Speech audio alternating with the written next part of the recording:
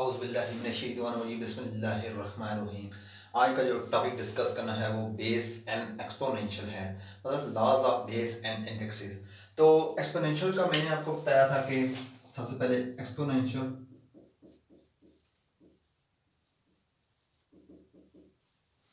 Exponential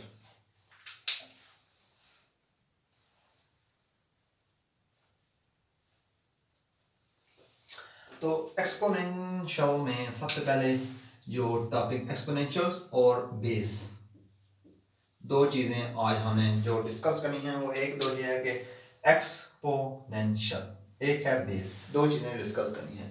तो पिछले lecture में हमने एक्सपोनेंशियल पढ़ा था, वो ये था कि x इज इक्वल टू ए की पावर 1/n। अब इसमें एक्सपोनेंशियल क्या है और बेस क्या है? This form is equal to exponential and this is equal to base. This form is, ये जो होल फॉर्म है वो है एक्सपोनेंशियल, और जो नीचे होता है सिंपल ए जो है उसको कहते हैं बेस। अब बेस और एक्सपोनेंशियल तो आगे, अब इनके कुछ लॉज हैं, रूल्स हैं कि एक्सपोनेंशियल हो तो उसको कैसे मतलब सॉल्व करना है, तो उसके कुछ रूल्स हैं। तो सबसे पहले हम उनके रूल्स डिस्कस कर लेते हैं। First rule, laws. लॉस, सबसे पहला जो लॉ है वो ये है कि ए की पावर में m डॉट ए की पावर में n इज इक्वल टू ए की पावर में m plus 1। First rule is that कि अगर बेस सेम है, उनकी पावर जो है डॉट में है, तो बेस अगर सेम है मतलब डॉट में लिखा हुआ है और बेस भी सेम है, तो उन दोनों की जो पावर्स होंगी उनको एडिशन में किया जाएगा। और दूसरा ये मैं आपको जनरल बता दूं कि ए की पावर 0 वंस होगी। This is first rule and the second rule is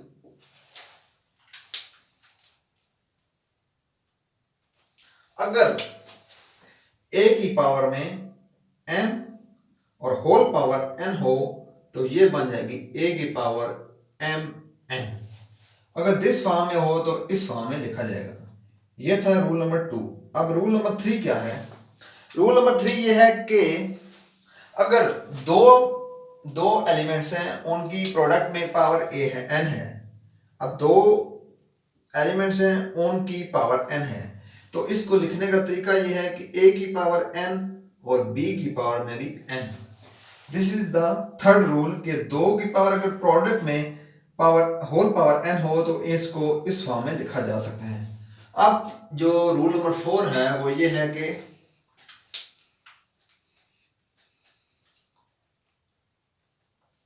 rule number 4 में ये है कि अगर a और b की होल पावर में n हो तो इसको लिख सकते हैं a की पावर n डिवाइड b की पावर n।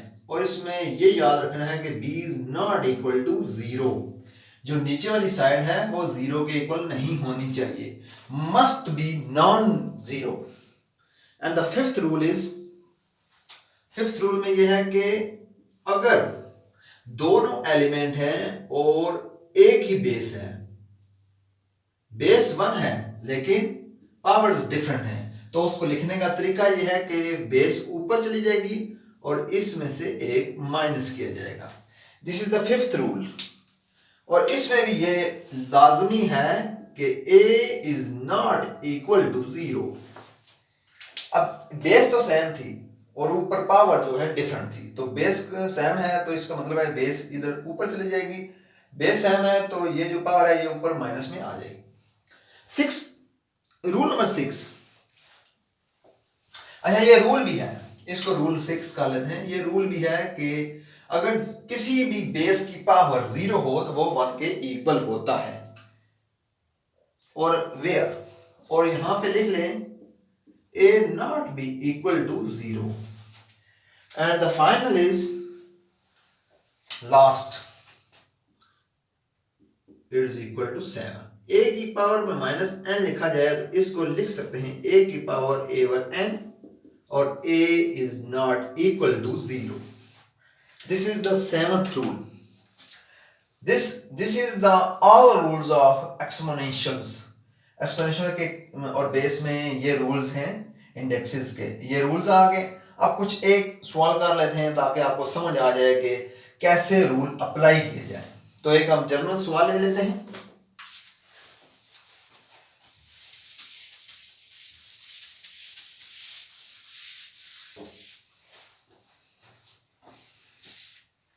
सवाल थोड़ा सा डिफिकल्ट होना चाहिए ताकि हल करने में भी मजा आए। सवाल ये है कि 4a⁵b0 over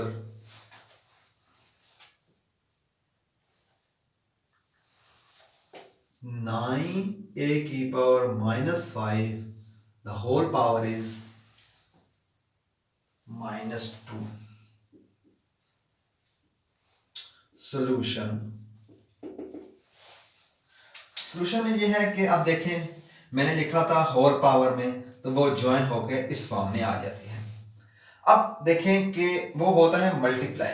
अब रूल यहाँ पे क्या लगेगा देख लेते हैं। रूल ये है कि 4a⁵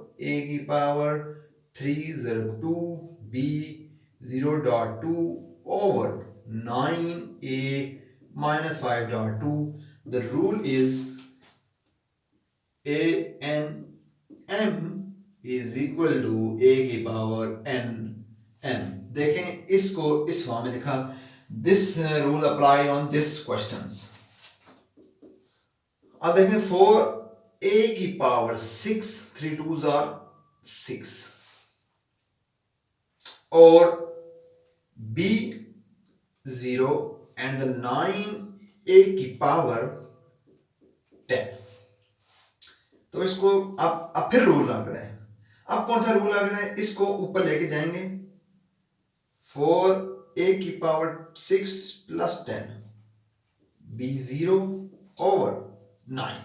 अब b0 यहां पे लिख लेते हैं। This one is add 4a16 b0 is 1 over 9। तो 4 over 9 a16, ये 1 कैसे आया, b0 is equal to 1।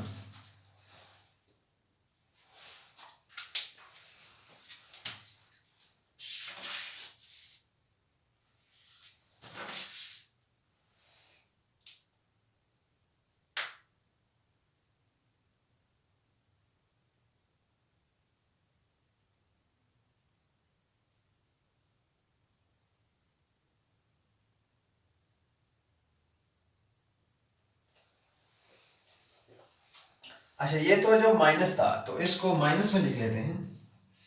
यहाँ पे माइनस कर लेते हैं, माइनस में ना, तो यहाँ पे माइनस आ गया और ये प्लस, ये -6 है और ये +10 हो गया 9। अच्छा, ये क्या बना 16 10 -16, चेंज कर देते हैं।